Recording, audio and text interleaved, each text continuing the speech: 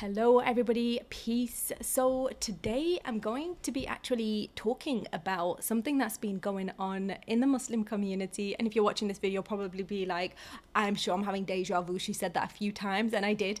But this is a whole new topic. So basically there was this alhamdulillah, it's amazing. There's a lot of sisters who have started wearing niqab, right? And they are on their own journey and it's amazing. And what has happened recently, a few of them actually take them off, right? They've taken them off. And I really wanted to talk a little bit about sisters who wear niqab and sisters who take them off, and the people who are kind of like on the ley lines. They're kind of giving their little spewl and, stating, whether it's right or wrong and what the religious rulings are. So that's what this video is going to be about. Hope you enjoy. From beautiful seas to flourishing legacies. So when it comes to seeing sisters in niqab, I know that I feel like this. Whenever I see a sister who wears a niqab, my instant thought is like, she's so committed, mashallah, is amazing. And if you want to liken it to another religion, it's probably how Christians see nuns, right? This kind of commitment, this devotion, and just, it's hard wearing a niqab and just being able to go out there and do it so confidently and still live their lives to the fullest. It's amazing. It's so admirable, right? And then what happens is when we see certain behaviors from these sisters, and with that kind of like view of seeing them committed and devoted and all of these positive things, what happens is when we begin to interact with some people who wear a niqab, and they might say something or they might act a certain way, and it begins to feel really kind of misaligned with how we saw them, and we can get a bit confused, and then when they take it off, we kind of like have a certain feeling about it and we can be judgy. Basically, this is all about being judgy, right? And I really wanted to speak to that right now, that, first and foremost, a sister who wears a niqab is, mashallah, it's her journey, right? And that's really what the whole point of this very short video is that every person in the world today, they are human, right? And we all have struggles, whether you cover your face or whether you don't, right? And it's easy to judge people when they take off their niqab or they do something that is kind of like, wait, why would they do that? I thought they were holy, right? And it's easy to judge those people. And I really want to say that they're also human.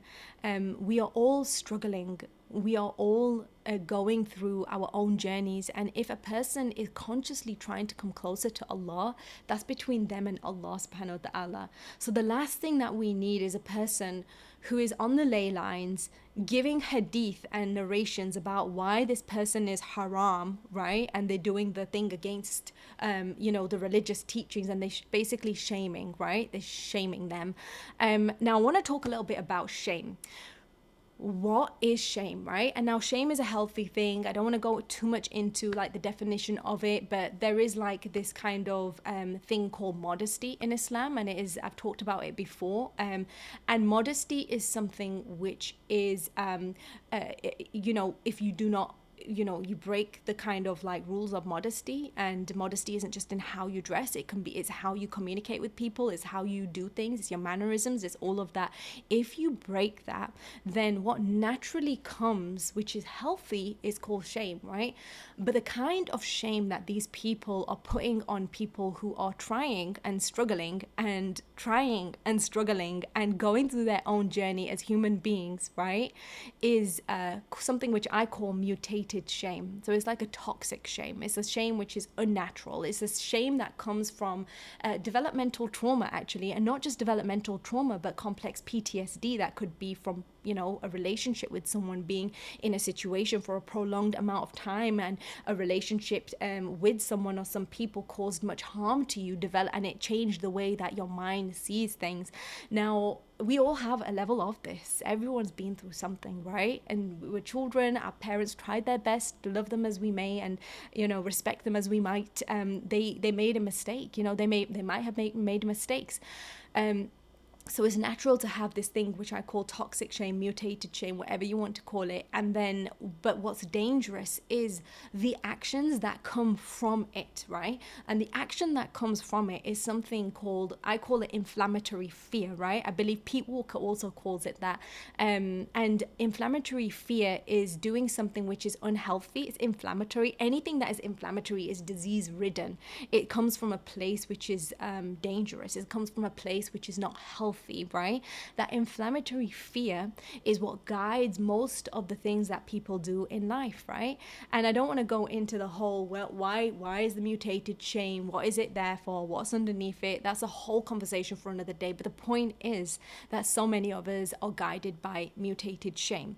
And what you see with a person who is pointing fingers and dropping hadith and dropping verses in the Quran to people who are going through their own journey. I mean, you could say it, peacefully, you could say it privately, and you can tell advice that is given to you by the way a person gives you advice, and that's not always in your control, but how you react is. If you are the person who people like to give advice to, which is amazing, but they're not amazing when it's not for the right reason, and it can be so difficult to think clearly. But the point is that that advice that is being given is from fear, right? It is to instill fear into the person that they are giving advice to, and it's a projection of their own shame. And then most of the time when you see them in their own lives, like the people who are very adamant about this is right, this is wrong, and this is why, and this is what you should do, most of the time those people, when you see them, they're a whole bowl of contradictions themselves, right? So you just don't take what they say too deeply into account, especially when it's an attack, right? Now I also want to say that for those of you who are trying and you are on a journey of faith, whether you are wearing your hijab, which is amazing, mashallah, for the first time, whether you are trying to heal, whether you are trying to learn about Islam, whatever it is that you are trying to do, then I want you to know that, first of all, you are not alone, and for you to continue, and that even though, someone actually said this so beautifully, even though the community might be very repelling for you to be around, like certain people in the community, just know that there are people inside of the Muslim community who are not like that at all, and they would welcome you with open arms, and they would hug you so tight emotionally, and whatever it is, because not all of us like to be hugged like that, but we still love that kind of connection, right? And they want to connect with you. Just know that not all the community is like that, and don't move away from the community completely, because that is what Shaitan wants. He wants you to be alone, he wants you to be isolated, he wants you to be weak, and that is when he will come to you. And that is what trauma does to us, especially complex PTSD, complex trauma, relational trauma. What it does is it makes us want to be alone, and I'm part of that too. I'm part of that whole bandwidth of trauma, right? I most of the time I like to be alone, right? And but I always find that there is nothing like also being with community, and then being alone, being with community, being alone, doing it in your own way, right? Because we can all do things our own way. You don't have to go to every event, you don't have to do every single thing, but there will be people when you are exposed to the community who you just feel that they just make you not want to be there, right? For whatever reason, it could be something completely unintentional on their behalf, but just remember that there's always so much more good when you have an intention of doing something for the right reason, and having a community is better than not having one at all. And speaking of community, if you're interested in some of the stuff that I do, look underneath this video or this podcast, and inshallah, God willing, there's going to be plenty of resources for you to be a part of a community as well. Somehow, group coaching, I'm not sure what I have going on right now, is always changing, a program as well. And at the very least, just get a free downloadable and join my newsletter, and then you can find out all the updates whenever you're ready, God willing. Have a beautiful and blessed day, everyone. And for the sisters who took their niqab off, who put it on, who wore their hijab, who are going through different journeys and struggles in this life, that's your journey and that's your struggle. And if in your heart that your intention is to come closer to Allah, it doesn't matter what anybody says, because He knows, and that's all that matters. Have a beautiful day, everyone. Peace.